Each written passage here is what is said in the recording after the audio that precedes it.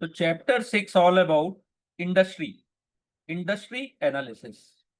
ठीक है, तो इंडस्ट्री एनालिसिस करने से फंडामेंटल एनालिसिस में क्या फायदा है, क्या रोल है उसका, challenge in defining industry, industry को डिफाइन कैसे करते हैं, इंडस्ट्री की साइक्लिसिटी क्या है, मार्केट साइजिंग क्या है, ट्रेंड एनालिसिस क्या है, सेक्युलर ट्रेंड क्या है, वैल्यू माइग्रेशन क्या है, बिजनेस लाइफ साइकिल क्या है। ठीक है, porter five model force, porter five force model, pastel analysis, BCG analysis, SCP analysis सब इंपॉर्टेंट है। की इंडस्ट्री स्पेसिफिक ड्राइव इंडस्ट्री और इंडस्ट्री केपीआईज क्या होते हैं, रेगुलेटरी फ्रेमवर्क क्या होता है इंक्लूडिंग टैक्सेशन, बहुत इंपॉर्टेंट चैप्टर है, चैप्टर 6। तो इकोनॉमी की एनालिसिस से अपने को क्या अंडरस्टैंड होता है, whether business is likely to grow in the foreseeable future और डिक्लाइन, अच्छा करेगी कि खराब करेगी, बस अप या डाउन। ठीक है, industry analysis help in understanding how each company would be impacted under the current economic condition, यानी कि इंडस्ट्री करंट इकोनॉमिक कंडीशन से कितना इंपैक्ट होता है। ठीक है, in industry analysis analysts also try to understand how the various player in the market likely to react and कितना effect पड़ता है इंडस्ट्री को। ठीक है, तो बहुत से क्वेश्चंस होते हैं इंडस्ट्री एनालिसिस के लिए कि what is the industry and which type of company operate, how much does it get impacted on account of cyclical trend in the economy, what is the potential industry size, okay, how has the industry been performing in the past and what were the driver behind the performance, okay? 1 minute। जी।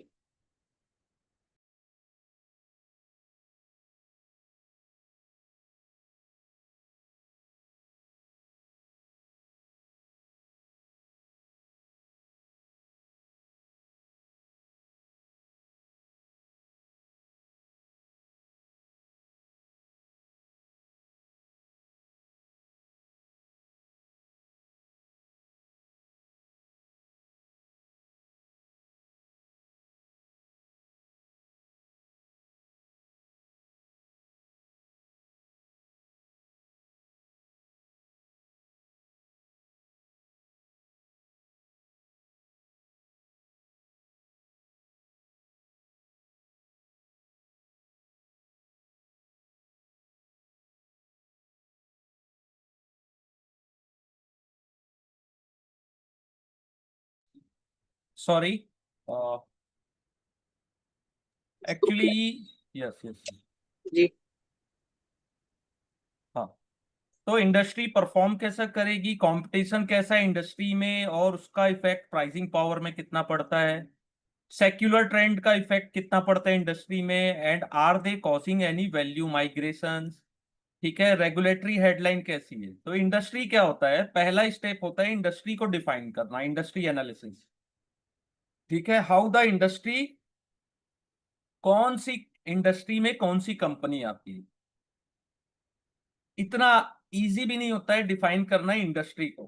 ठीक है, उसके भी several standard हैं जिसको follow करना पड़ता है। India में नेशनल इंडस्ट्री क्लासिफिकेशन, ये एक याद रखिएगा, national industry classification system in India and global industry classification standard और north America industry classification system in US. ठीक है, ये क्लासिफिकेशन करते हैं इंडस्ट्रीज के। ठीक है, NIC has a single classification for manufacturing of passenger car, जैसे नेशनल इंडस्ट्री क्लासिफिकेशन जो इंडिया में, वो पैसेंजर कार को सिंगल क्लासिफिकेशन में करती है, मींस एंट्री लेवल कार हो चाहे लग्जरी कार हो, हाई एंड लग्जरी कार। ठीक है, उसको सेम इंडस्ट्री में रखते हैं। तो एंट्री लेवल की कार कब खरीदता है इंसान और कौन खरीदता है, हाई लेवल और लग्जरी कार कब खरीदता है, तो दोनों की साइकोलॉजी डिफरेंट है। ठीक है, और जो दोनों के डायनेमिक्स है वो भी डिफरेंट। ठीक है, तो एज अ रिसर्च एनालिस्ट अपने को डिफरेंट इंडस्ट्री में उसको क्लासीफाई करना होता है। ठीक है, फिर होता है स्पेशली, अब आप देखोगे एग्जांपल पीवीआर। पीवीआर क्या करती है, एक तो कॉम्पीट कर रही है सैटेलाइट चैनल से और ओटीटी प्लेटफॉर्म से, over the platform, okay, such as Netflix and Hotstar. लेकिन मुझे पता नहीं है कि पीवीआर का कोई है क्या ऐसा चैनल, आई डोंट नो, मैंने तो नहीं जाना, लेकिन एक एग्जांपल दिया है तो उसके अकॉर्डिंग अपन नहीं, डिस्कस। बेसिकली पीवीआर सिर्फ सिनेमाज में है ना, उसका लेकिन कंपटीशन यहाँ तो पे दे रहा वो है कि वो ओटीटी के सेट, साथ है ना।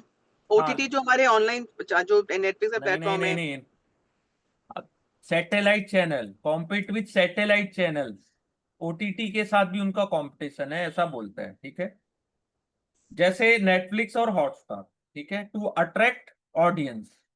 दूसरा उनका लाइव थिएटर, जैसे वो सिनेमा इंडस्ट्री में भी है, तो live theatre, live performance and sporting league league के साथ भी उनका कंपटीशन है।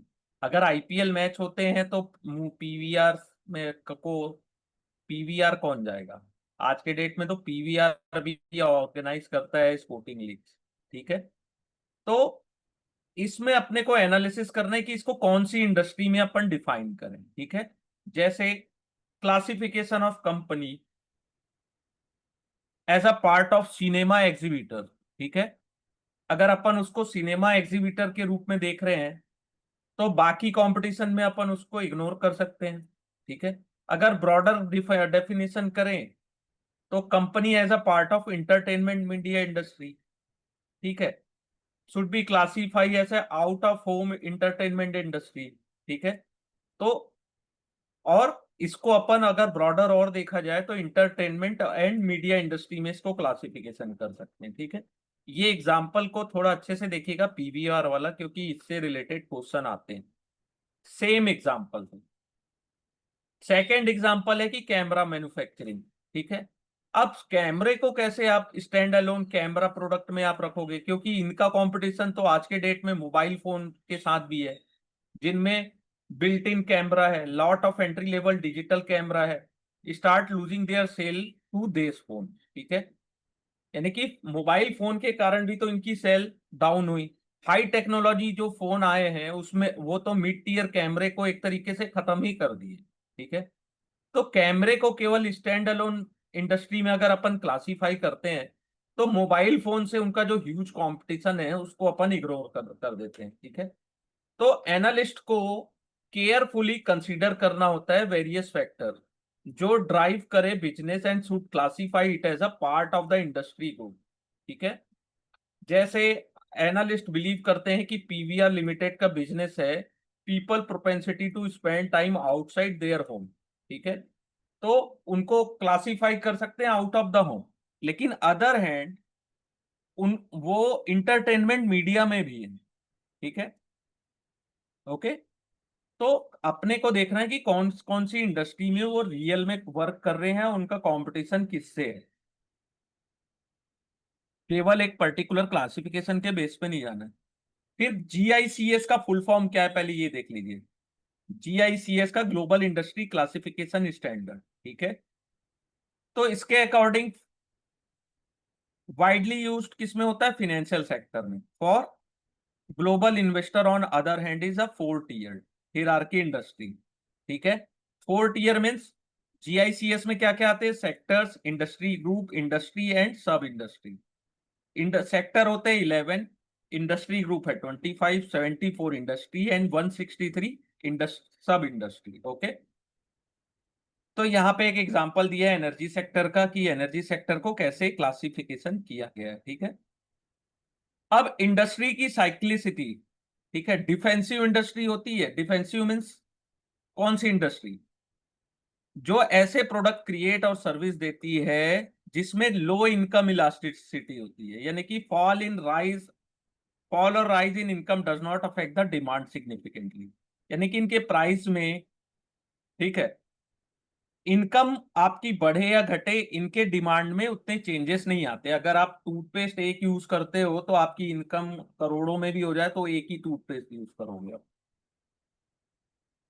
मे भी उस समय हो सकता है प्रोडक्ट दूसरा यूज करो आप, महंगा प्रोडक्ट यूज करो, लेकिन फॉल एंड राइज उससे डिमांड में ज्यादा इफेक्ट नहीं पड़ता है, ठीक है। इसका बहुत ही मिनिमम इम्पैक्ट पड़ता है इकोनॉमिक साइकिल में, ठीक है।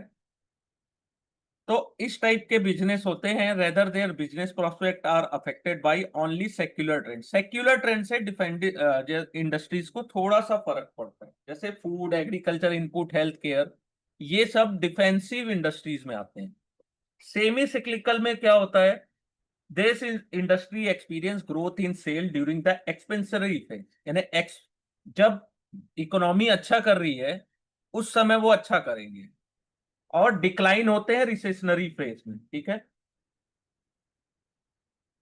इनका कुछ ऐसा बेस होता है जिससे ये रीजनेबली हेल्दी सेल करते हैं रिसेशन टाइम में भी, जैसे कंज्यूमर ड्यूरेबल इंडस्ट्री। ठीक है, consumer durable industries semi cyclical होती है। डीप सिक्लिकल्स में क्या होता है, कैपिटल गुड्स कंपनी, अगर इकोनॉमी अच्छा की तो बहुत अच्छा, खराब की तो बहुत खराब करेंगे। ठीक है, all clear? Yes sir. All okay. जी। देखिए यहाँ से क्वेश्चन आए थे, जैसे अपन ने एमसीक्यू टेस्ट चेक किया तो उसके अकॉर्डिंग। ठीक है, market sizing and trend analysis. ठीक है, इंडस्ट्री डेटा अंडर पेनिट्रेटेड है, हाई ग्रोथ पोटेंशियल। ठीक है, and more headroom for growth. ठीक है, इंडस्ट्री मेच्योर है, न्यू ग्रोथ एवेन्यू है, ओवरऑल ग्रोथ रेट कैसा है। ठीक है, तो इसके लिए अपन को स्टडी करना होता है इंडस्ट्री को। ठीक है, जैसे measuring the current market size, जैसे मार्केट का साइज अगर आपको देखना है तो क्या होता है कि बहुत सारे अनऑर्गेनाइज प्लेयर भी होते हैं और प्राइवेट प्लेयर्स होते हैं जिसकी इंफॉर्मेशन पब्लिक डोमेन में अवेलेबल नहीं है। तो आपको ये समझ नहीं आएगा कि पोटेंशियल साइज मार्केट का कितना है, तो आप कुछ एजम्पशन भी लगाओगे और एजम्पशंस रॉन्ग भी हो सकते हैं। ठीक है, तो study the past trend can supplement our analysis, help us understand how the industry has been growing and what are the factor that are affecting growth. ठीक है, तो मार्केट साइज को कैसे स्टडी किया जाता है, पहला होता है टॉप डाउन अप्रोच और बॉटम अप अप्रोच। ठीक है, तो मार्केट साइजिंग में टॉप डाउन अप्रोच में क्या देखते हैं, पहले the size of the market और industry starting from macro economic factor and arrive to the industry level. ठीक है, बॉटम अप अप्रोच में क्या देखते हैं, टॉप डाउन में क्या क्या देखते हैं अपन, मैक्रो इकोनॉमिक से स्टार्ट करते हैं और इंडस्ट्री लेवल पे खत्म करते हैं। ठीक है, बॉटम अप में पहले अपन इंडिविजुअल कंपनीज को देखते हैं और उनके डेटा को एग्रीगेट करते हैं और इंडस्ट्री के साइज में आते हैं। ठीक है, क्लियर हुआ? ये दोनों चीजें आएगी तो नहीं बनता है लोगों से, मैं बता दे रहा हूं। हाँ जी, top down and bottom up, right. हाँ, तो टॉप डाउन में क्या होता है, क्या स्टडी करोगे पहले आप? मैक्रो लेवल पे, जैसे एक मैक्रो हो जाता है जहाँ पे इंडिविजुअल शुरू करते हैं हम, तो यहाँ मैक्रो से शुरू करेंगे, बिकॉज हम टॉप से शुरू करके और फिर इंडस्ट्री पे आते हैं, बिगर सिनेरियो। हाँ, और वो और जो बॉटम अप से बॉटम हम में, करते हैं तो पहले इंडिविजुअल कंपनीज पे जाते हैं हाँ, और फिर हम उसको जाके इंडस्ट्री पे पहुंचते हैं। ठीक है, जैसे माइक्रो इकोनॉमिक्स है वो मैक्रो होता है, वैसे इंडिविजुअल लेवल पे और कंट्री लेवल पे होता है, जैसे वैसे हाँ, उसमें बड़े सिनेरियो छोटा बस सिनेरियो बस करके बस होता है। इतना ही जानना है बस। अगर अपन ज्यादा एग्जांपल लेंगे ना तो कंफ्यूज हो जाएंगे। वैसे तो अच्छी बात है कि अपन ज्यादा से ज्यादा एग्जांपल यूज करें, लेकिन एग्जाम के टाइम में क्या होता है ना, फिर बहुत ज्यादा कैलकुलेटिव चलता है। अभी एग्जाम के लिए ज्यादा टाइम नहीं है, इसलिए मैं आपको बोलूंगा कि इसी एग्जाम्पल को फोकस करिएगा। ठीक है, टॉप डाउन अप्रोच में क्या होता है, अगर अपने को किसी पर्टिकुलर थेरेपी, ठीक है, किसी इंडस्ट्री साइज में यूज की गई है तो कैसे करनी, तो कितने पेशेंट ने वो थेरेपी ली, एवरेज एक्सपेंडिचर पर पेशेंट, यानी कि थेरेपी कितने लोगों ने ली और पर पेशेंट कितना खर्चा हुआ, एक्सपेंस आया पेशेंट का, कितने लोगों ने प्रोडक्ट लिया। ठीक है, take the product 1 and 2 and to arrive the revenue. ठीक है, कितने पेशेंट ने थेरेपी ली और एवरेज एक्सपेंडिचर पर पेशेंट, और दोनों से अपन ने निकाला कि कितनी रेवेन्यू जनरेट की। लेकिन बॉटम अप में क्या होता है, We can look at revenue of all the hospital that provide this therapy and identify how much of their revenue was earned from their this particular therapy.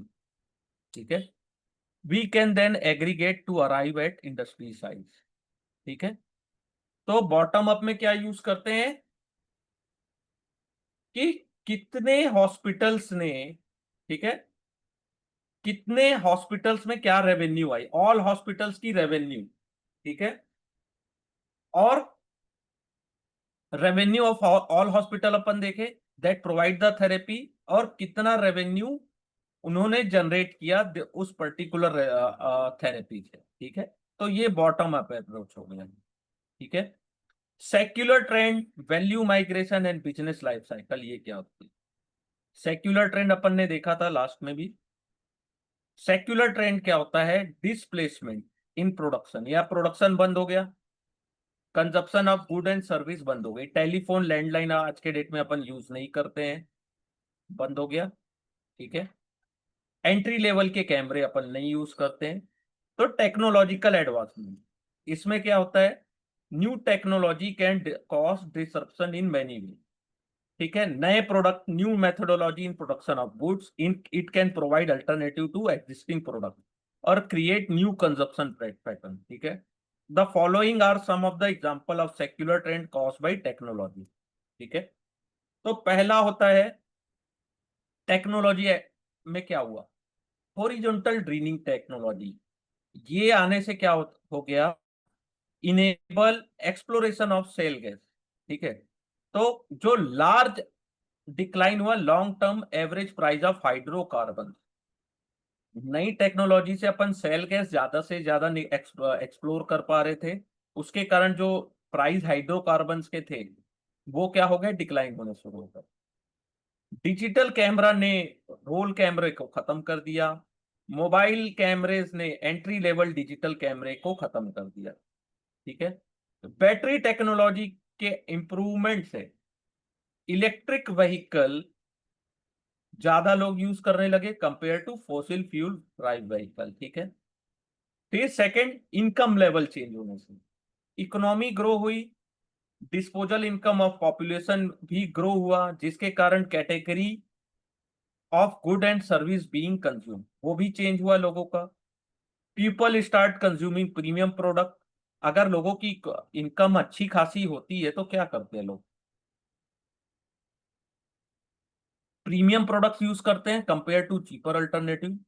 Demographic change, लोगों की change, age, gender और ethnicity, उसके change होने से क्या होता है? जैसे ये एग्जांपल भी आया था कि जापान में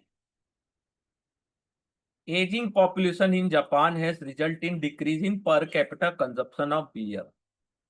अब ये मेरे को नहीं समझ में आया, लेकिन ये एग्जांपल दिया होगा कि ज्यादा लोग जो एजिंग पॉपुलेशन इंक्रीज होने से, ठीक है, per capita consumption of beer कम हो गई। ठीक है, क्योंकि with age factor everyone stop certain things, right? यहाँ पे यंग क्राउड होगा, वहां पे आपको जंक फूड ज्यादा मिलेगा। वैसे ही यहाँ पे हाँ जब ओल्ड एज बढ़ गई है आपकी, तो आप बेसिकली आपकी ड्रिंकिंग कैपेसिटी कम हो गई है, हाँ, रिड्यूस हो गई इसीलिए। हाँ, लेकिन न्यू एज पॉपुलेशन भी तो बढ़ी। वो वहां पे कम है ना जापान में, हाँ, अच्छा पॉपुलेशन बहुत कम है वहां पे। अच्छा। Change in culture and taste and preference, culture change होता है तो सिंपल सी बात है, रिवॉल्यूशन आता है।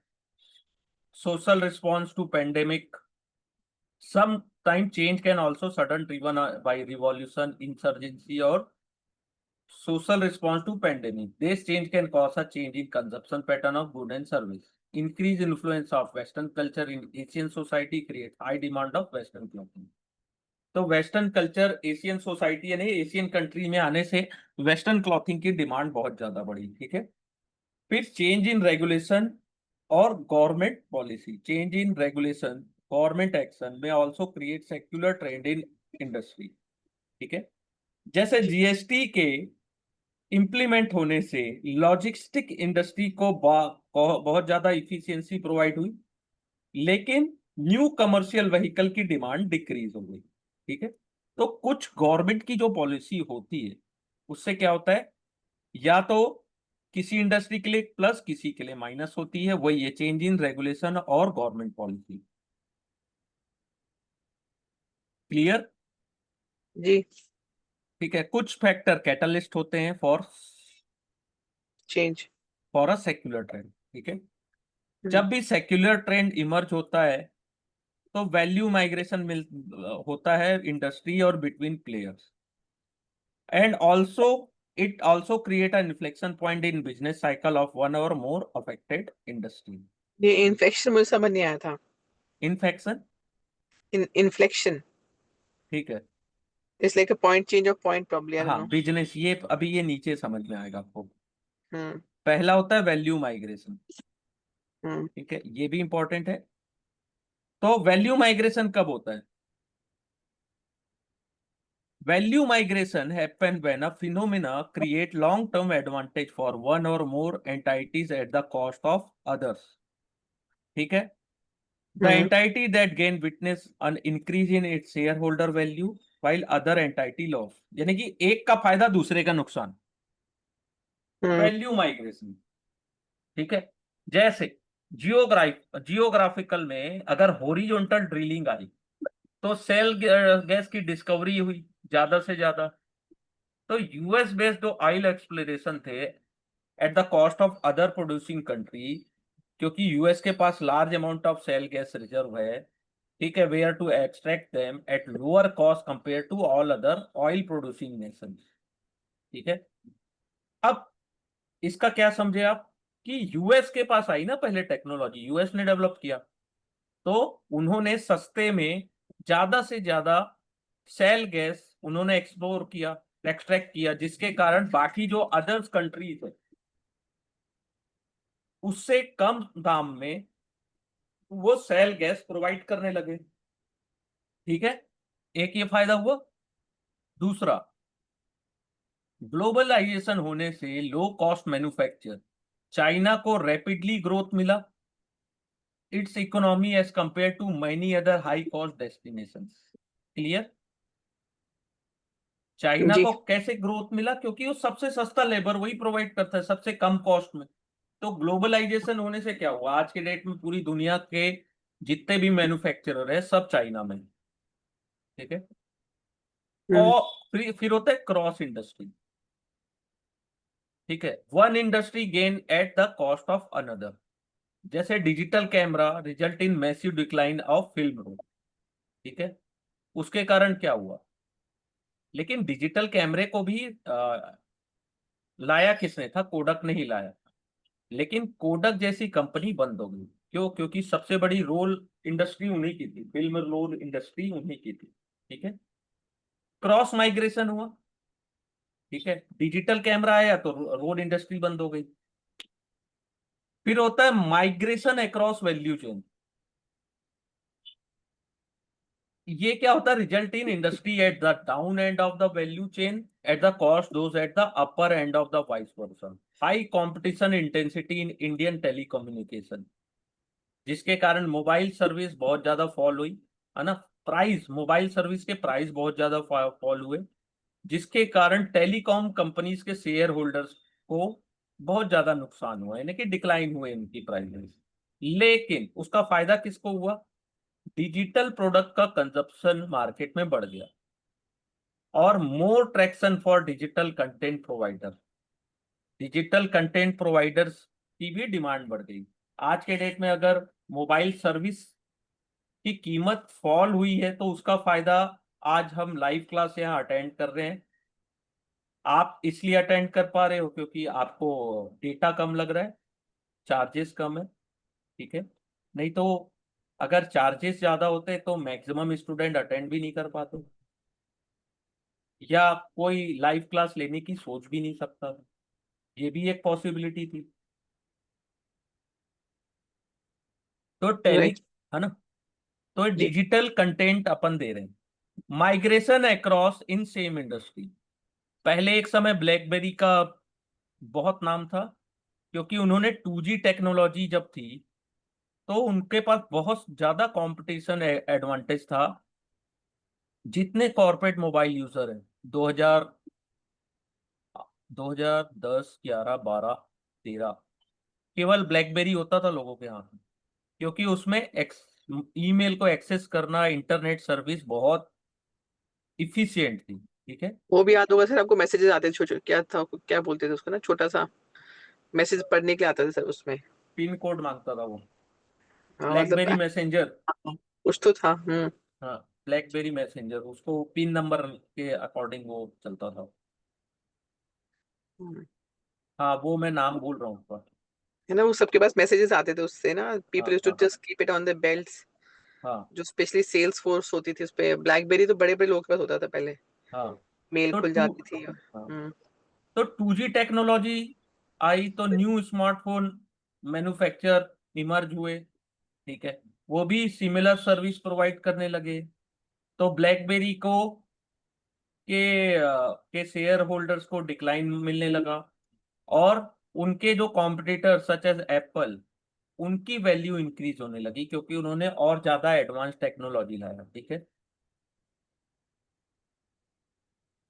अगर अपन अंडरस्टैंड करते हैं और प्री एम्प्टिंग वैल्यू माइग्रेशन अगर अपन एनालिस्ट एज अ एनालिस्ट अपन आइडेंटिफाई कर लेते हैं, ठीक है, तो अपने लिए एक सुटेबल इन्वेस्टमेंट अपॉर्चुनिटी मिल जाती है अहेड ऑफ टाइम। अगर किसी को पता होता उस समय कि ब्लैकबेरी आईफोन कुछ नया करने वाला है, कुछ लेटेस्ट है उनके पास, तो सोचो आज वो कितनी बड़ी वेल्थ बना के बैठते हैं। और अगर आपको पता है कि ब्लैकबेरी जैसा हाल और भी किसी कंपनी का हो सकता है, तो आप जल्दी से एग्जिट भी कर सकते हैं फ्रॉम लूजिंग बिजनेस। ठीक है। फिर होता है business life cycle. Business life cycle का एक जर्नी होता है, ये होता है पायोनियर स्टेज होता है, ग्रोथ होता है, मैच्योरिटी होता है। मैच्योरिटी में या तो वहां से री इन्वेंट होती है, या तो डिक्लाइनिंग स्टेज में कंपनी चली जाती है। तो पायोनियर होता है कि जस्ट कंपनी ने स्टेज एक शेप लिया है, लोगों ने उसको वाइडली अडॉप्ट नहीं किया है, उसके जो कॉन्सेप्ट हैं वो अभी प्रूव होना बाकी है, या जस्ट बीन प्रूवन। जैसे एआई टेक्नोलॉजी है, या फिर अपन बात करें जोमेटो या कोई ऐसी कंपनी की 5 साल पहले की, जब उसने जस्ट शेप लिया था, लोगों ने वाइडली उसको अडॉप्ट नहीं किया। फिर आता है ग्रोथ। उस न्यू प्रोडक्ट्स को लोगों ने अडॉप्ट करना शुरू कर दिया, ज्यादा से ज्यादा कस्टमर अडॉप्ट करने लगे, तो विटनेस हुआ स्टीपी ग्रोथ। फिर होता है मैच्योर स्टेज। ठीक है। The industry has existed for last long and most customer, जो उनका प्रोडक्ट ऑलरेडी यूज कर रहे हैं, लेकिन नए कस्टमर वो नहीं बना पा रहे हैं। ठीक है। Declining stage, change in customer preference और new technology replace the industry product with the new product. Decline में क्या होता है कि या तो न्यू टेक्नोलॉजी आपके प्रोडक्ट को रिप्लेस कर दी, या तो आपके कस्टमर के प्रेफरेंस चेंज हो गए। ठीक है। री इन्वेंशन एंड रिवाइवल, इसमें क्या होता है, कंपनी या तो रिवाइव कर लेती है अपने गुड एंड सर्विस को, या तो वहां से एक डिक्लाइन शुरू हो जाता है। ठीक है। जैसे एग्जांपल यहां दिया है कॉल टैक्सी का, ये भी क्वेश्चन आते हैं। हम्म। एक समय था कि टैक्सी में नंबर लिखे होते थे बड़े बड़े अक्षरों में, वो कॉल टैक्सी था, फोन करो तो वो टैक्सी आ जाती। टेलीफोन जब था लोगों के पास, तो ग्रोथ उसमें बहुत अच्छा मिला, बहुत ज्यादा ग्रोथ मिला। ठीक है। लेकिन जब ऐप बेस्ड टैक्सी एग्रीगेटर आ गया, तो उसमें भी इंडस्ट्री को डिक्लाइन हुआ। ठीक है। Every industry goes through the cycle in turn cause significant displacement in the economy. ऐसी साइकिल सभी इंडस्ट्री में आती है। लेबर फोर्स जो होते हैं, अगर वो खुद को रीस्किल कर पाते हैं, तो वो मूव कर जाते हैं न्यू इंडस्ट्री। ठीक है। एंड फाइंड देमसेल्फ, या तो बाहर हो जाते हैं। अगर आपने स्किल सीख ली तो आप मार्केट में सरवाइव कर लोगे। ठीक है। अगर आप स्किल को नहीं सीख पाए तो आप सरवाइव नहीं कर पाओगे। ठीक है। क्योंकि आपके पास तो न्यू स्किल है ही नहीं। उसी की बात कही गई है।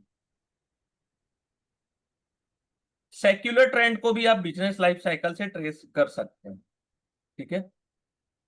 जैसे हॉरिजॉन्टल ड्रिलिंग टेक्नोलॉजी के आने से एक्सप्लोजन ऑफ शेल गैस, उसमें क्या हुआ, लॉन्ग टर्म डिक्लाइन हुआ क्रूड ऑयल प्राइस से, without causing any displacement of goods being consume.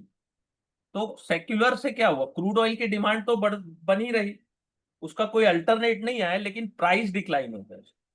जो पहले बहुत महंगे मिलते थे उसकी प्राइस डिक्लाइन हो गई। ठीक है।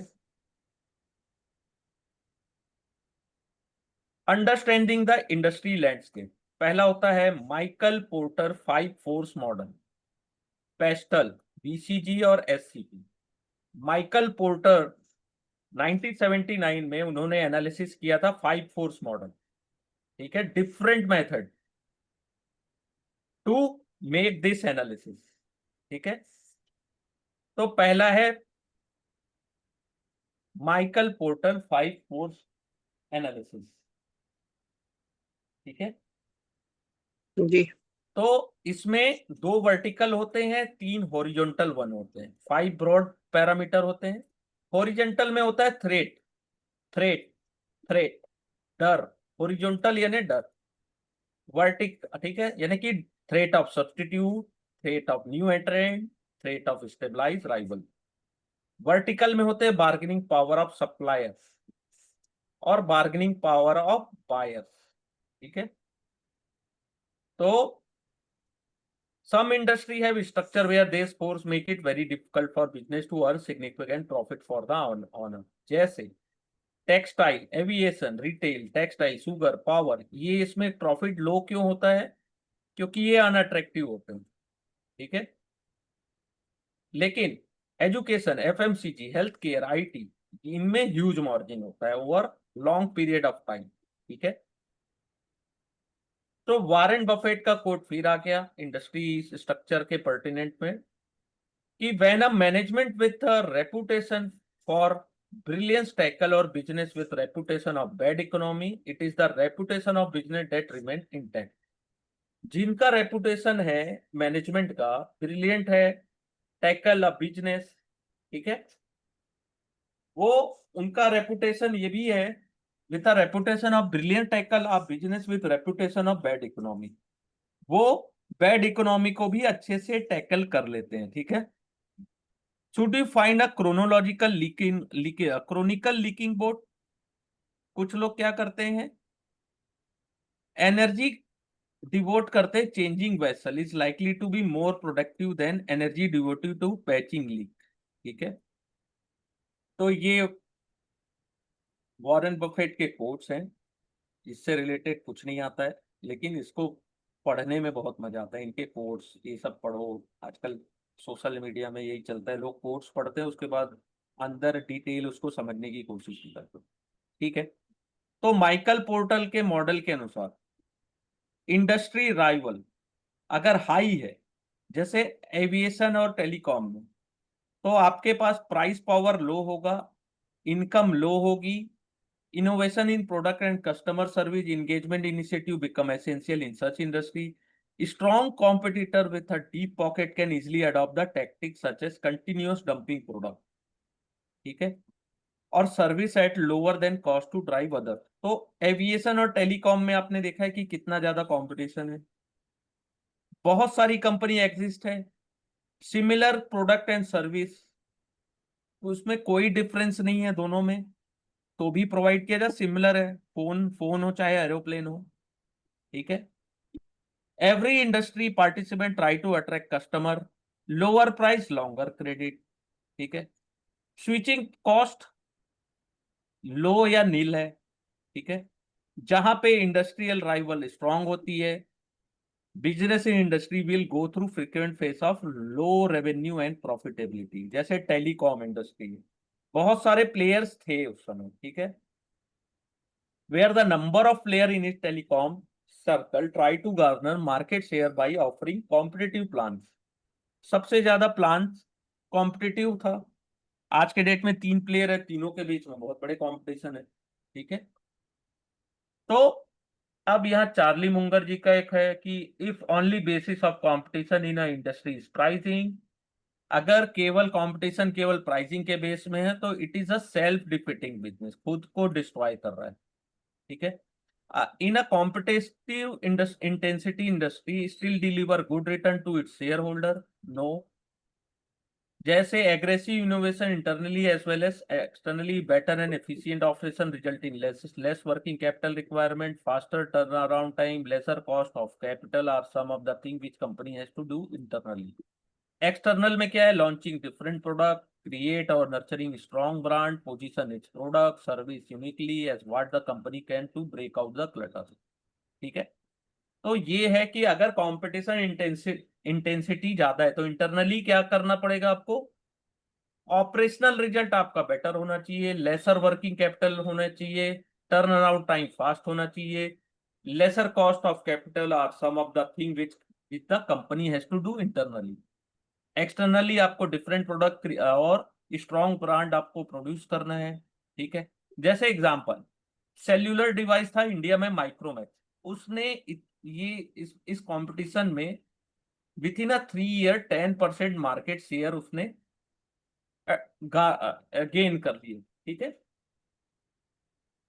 फिर होता है थ्रेट ऑफ सब्स्टिट्यूट। इंडस्ट्री क्या होती है? चेंज होती है टाइम टू टाइम। एक समय था एसएमएस का था, टेलीग्राम को किसने खत्म किया? एसएमएस ने। ठीक है, सीमेंट पाइप को किसने खत्म किया? स्टील और प्लास्टिक पाइप। टाइपराइटर्स को कितने एंड किया? कंप्यूटर्स ने, आईपॉड ने, मोबाइल ने। रेडियो एंड 2 in 1 जो पास्ट की थिंग थी। ठीक है, photo, how digital photography completely destroy the film based model. Digital photography को कैसे खत्म किया? किसने? डिजिटल फोटोग्राफी ने फिल्म बेस्ड मॉडल को खत्म किया। लेकिन पहला डिजिटल कैमरा कोडक के इंजीनियर ने ही इन्वेंट किया था। ठीक है, to protect their existing business, the company did not move to that. Innovation happened, existing product become irrelevant, और threat of substitute means खत्म हो गया। और कोडक को ऐसा कुछ डर उस समय नहीं दिखा था, लेकिन फिर बाद में बैंकरप्ट हो गया वो कंपनी। ठीक है, कुछ कंपनीज जो होती है उनको सब्स्टिट्यूट का डर नहीं होता, फेल होने का डर नहीं होता। ठीक है, कुछ में तो थ्रेट होते ही नहीं है, जैसे पावर, हेल्थ केयर और एजुकेशन। ठीक है, there could be different mode of servicing customer at different time. ठीक है, क्योंकि इनका सब्स्टिट्यूट कुछ नहीं है। Okay, threat of substitute can be understood from following two simple industry character. पहला, सब्स्टिट्यूट ऑफर इक्वल और बेटर एक्सपीरियंस टू कस्टमर। ठीक है, क्वालिटी, प्राइस एंड ईज। तो अगर आपको बेटर एक्सपीरियंस मिल रहा है तो आप वहां चले जाएंगे। स्विचिंग कॉस्ट लो होता है। ठीक है, कुछ सब्स्टिट्यूट लॉन्ग टाइम लेते हैं रिप्लेस करने के लिए एग्जिस्टिंग बिजनेस को, जैसे सोलर प्रोडक्ट जो चीपर है at operational level, need capex to begin with, and that become deterrent for customer. ठीक है, थोड़ा सा चीपर है ऑपरेशन लेवल पे लेकिन उसका प्राइस ज्यादा है, लेकिन धीरे धीरे सोलर इंडस्ट्री भी आगे बढ़ रहा है। ठीक है, in the case of LED light, as technology evolve and new product become cheaper, more and more customers shift to them, posing higher threat to the existing of traditional business। ठीक है, हम्म। यहां तक कोई डाउट? बहुत ही easy है नहीं लेकिन। Sir, ये हाँ, तो ठीक है, इंटरेस्टिंग भी है। हाँ जी। तो चलिए आज यहीं तक रखते हैं।